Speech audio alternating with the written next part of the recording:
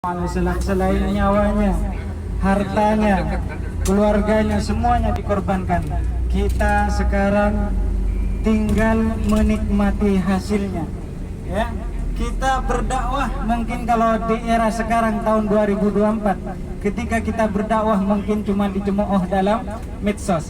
Tapi kalau dulu Rasulullah SAW ketika berdakwah sampai dilempar dengan kotoran hewan, sampai disakiti, sampai diperangi. Jadi kita wajib bersyukur kepada Allah Subhanahu wa taala dengan perjuangan para syuhada Uhud, dengan perjuangan umat muslim waktu itu yang mengorbankan semuanya.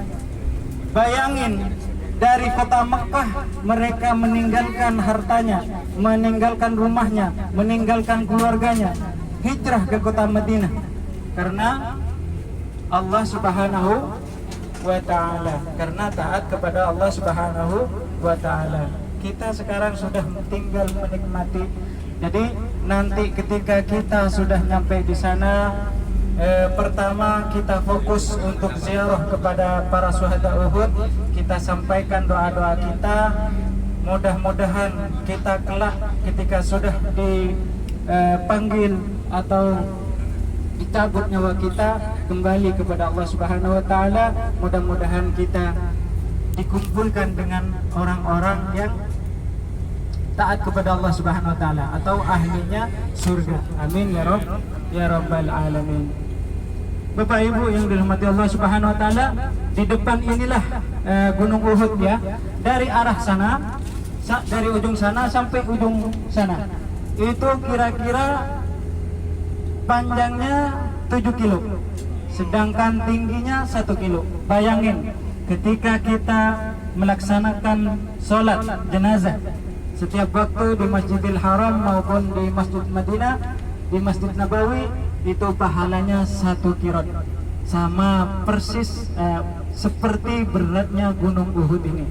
Bayangin, cuma hanya 4 takbir. Ya, yang pertama kita mengucapkan alhamdulillahirabbil alamin, Al-Fatihah yang pertama. Ketika takbir kedua kita berselawat kepada Allah, kepada Rasulullah, Allahumma shalli ala sayyidina Muhammad wa ala ali sayyidina Ibrahim wa ala ali sayyidina Ibrahim, seperti itu. Terus dilanjutkan dengan takbir yang ketiga, kita mendoakan kepada umat muslim yang sudah meninggal, mendoakan jenazah yang kita sholatkan. Setelah itu takbir keempat, salam. Bayangin kalau di Indonesia mungkin tidak mungkin seperti pahalanya seperti itu. Namun kita sholat di Madinah maupun di Mekah itu berlimpah ganda. Jadi sayang, 1000 sayang kalau sampai disia-siakan. Bapak Ibu, ujian itu begitu banyak mendatangi kita. Terkadang kita sakit, terkadang kita malas, terkadang ada aja gangguan yang membuat kita itu malas untuk beribadah di dua kota suci Mekah maupun di Madinah ini. Bapak Ibu, dan di depan kita ini ada gunung yang kecil. Inilah yang dinamakan Gunung Pemanah atau Gunung Rumat ya. Di sebelah kiri kita ini, pojokan. Ya, depan ini, yang masjid itu ya. Ya, di depan masjid. Silakan naik nanti.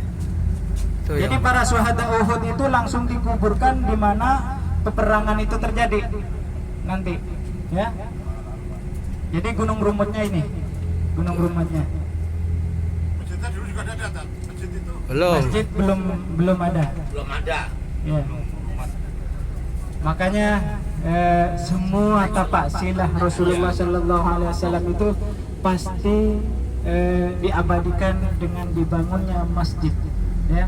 Termasuk di Mekah ada Masjid Khaif, ada Masjid Mas'aril Haram di Musdalifah, ya. Nanti insya Allah kalau di Mekah kita akan juga berziarah di mana tapak silah Rasulullah SAW ketika berdakwah di Mekah, ya. Jadi inilah yang dinamakan Gunung Rumat di samping kiri kita, ya, yang kecil. Dan yang melentang ini dari ujung sana sampai ke ujung sana, inilah yang dinamakan Gunung Uhud.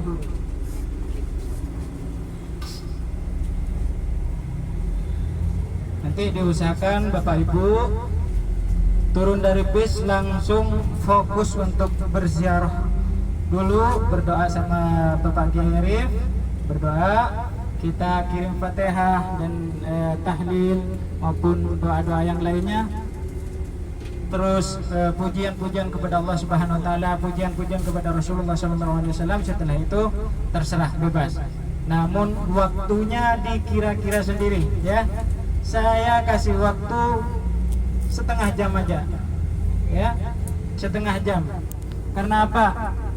Biar nanti sholatnya bisa kekejar di Masjid Nabawinya. Sholat fardunya bisa kekejar berjamaah di Masjid Nabawi nanti.